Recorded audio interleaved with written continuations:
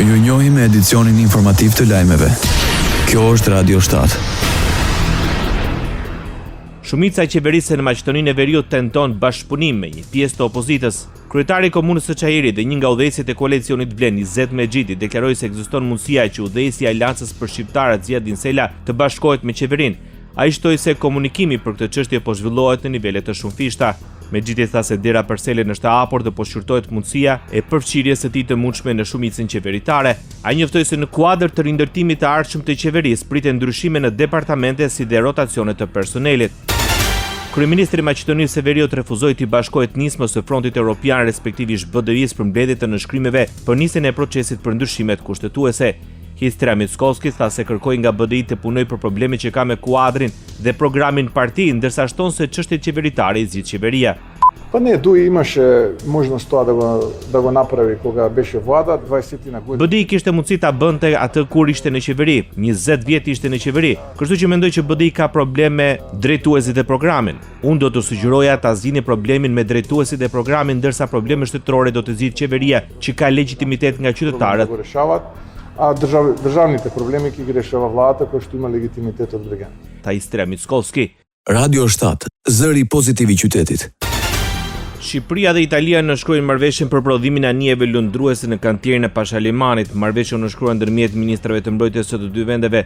I pranishëm në ceremoni kryeministri Edi Rama premton se Shqipëria do të jetë e para që përfiton nga marrëveshja pasi dy anijet e para do të jenë për forcat armatosura duke çuar flotën në shtat të tilla. Un accordo është një marrëveshje me Fincantierin për të krijuar një shoqëri të re. Fincantieri është Albania së bashku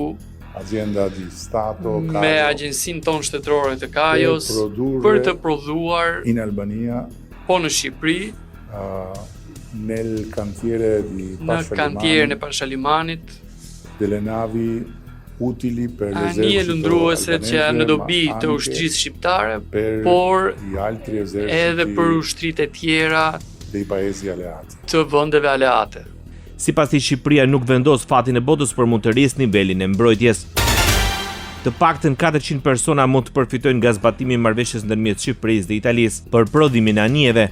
Ministri i Mbrojtjes së Shqipërisë, Ermal Nufi, vlerëson se Shqipëria bëhet një bazë europiane e Fincantierit për anijet e vogla dhe të mesme. Ndërtuesi më i madh i anijeve në Europë, pas blerjes së kompanisë Vard në vitin 2013, u dyfishua nëpër masa për të bërë i katërti më i madh në botë në vitin 2014. Kompania ndërton anije tregtare dhe ushtarake.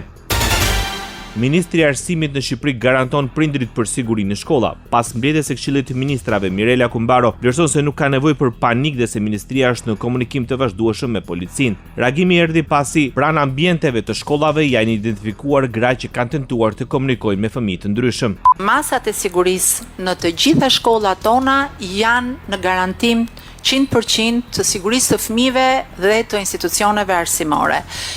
Nuk e them thjesht me fjalë, por e para ne jemi në një bashkëpunim 100% me policinë e shtetit dhe në pjesën më të madhe të shkollave, sidomos të shkollave numër të madh nxënësish ose në zona pak më të largëta, patrullat e policisë janë aty çdo mëngjes edhe çdo drekë kur fëmijët hyjnë dhe dalin nga shkolla. Bota. Presidenti amerikan Donald Trump paralajmëron sulme masive të SBA-s dhe Izraelit në Iran drejt vendeve ushtarake, qeveritare dhe infrastrukturës.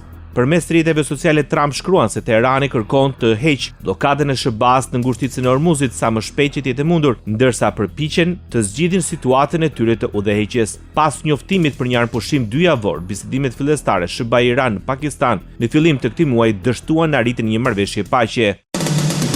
Ndoqët lajmet shkurt në Radio 7, zëri pozitiv i qytetit.